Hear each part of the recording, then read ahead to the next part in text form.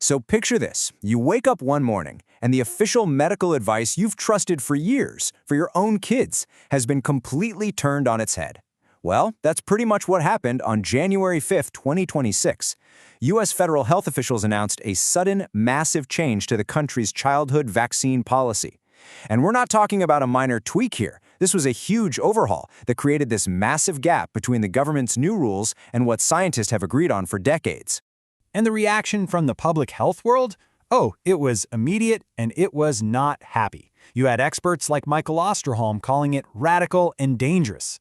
That one announcement basically kicked off this huge fight over the future of how we prevent diseases in America.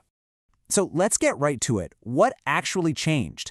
Well, the number of vaccines that were recommended for every single child was cut way down.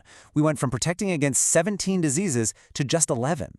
6 others got moved into these new kind of confusing categories, which just totally upended a system that's been working for a very long time.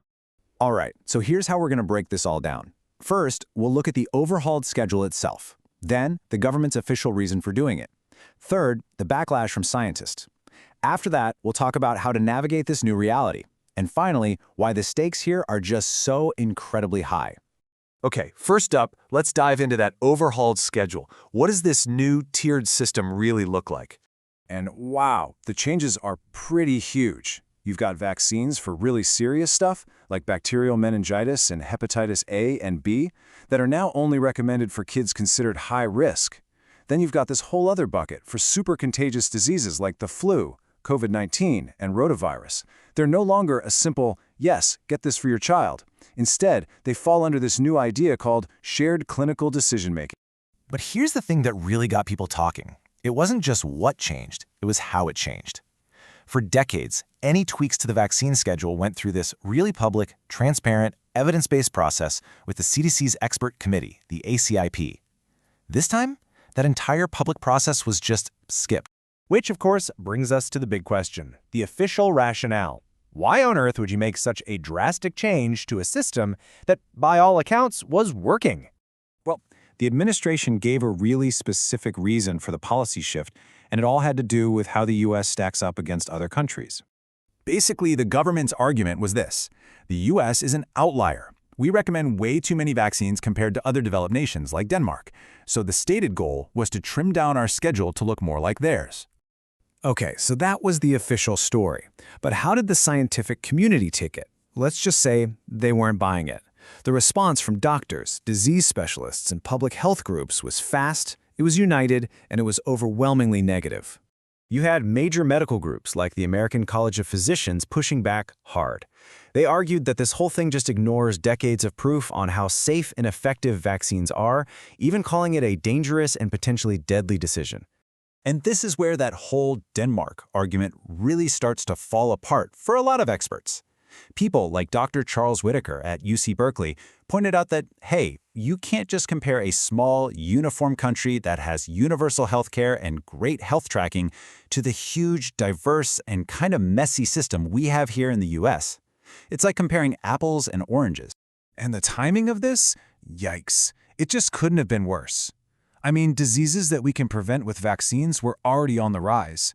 In the year right before this all went down, the U.S. saw over 2,000 cases of measles, almost 28,000 cases of whooping cough, and a heartbreaking 288 kids died from the flu.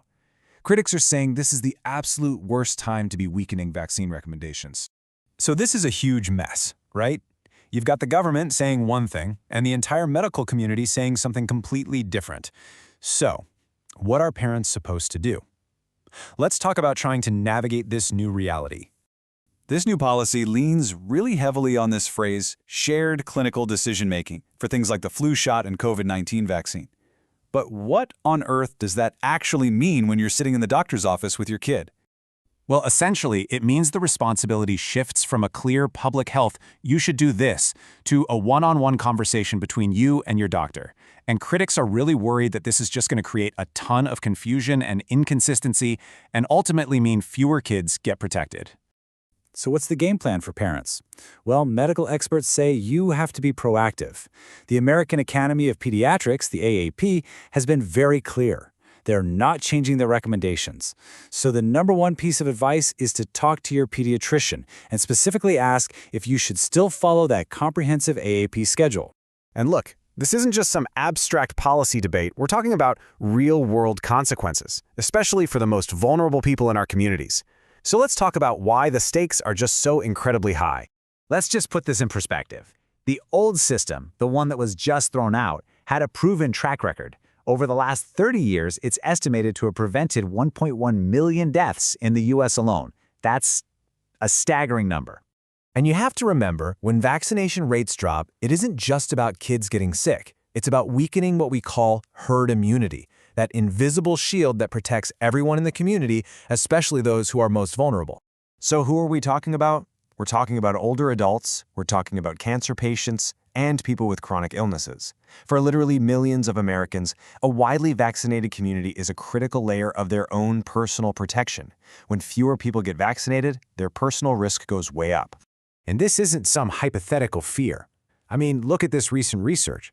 It shows that even now, in 2026, COVID-19 is still a huge threat to people with blood cancers. For these people, weakening universal vaccine recommendations isn't about personal choice. It's a direct threat to their health and their safety. So at the end of the day, this whole overhaul leaves all of us, parents, doctors, and the most vulnerable people in our society, in this new, really uncertain world. The old playbook has been torn up, and it leaves us with a massive, unanswered question. When science and policy collide like this, who's actually responsible for protecting the public's health?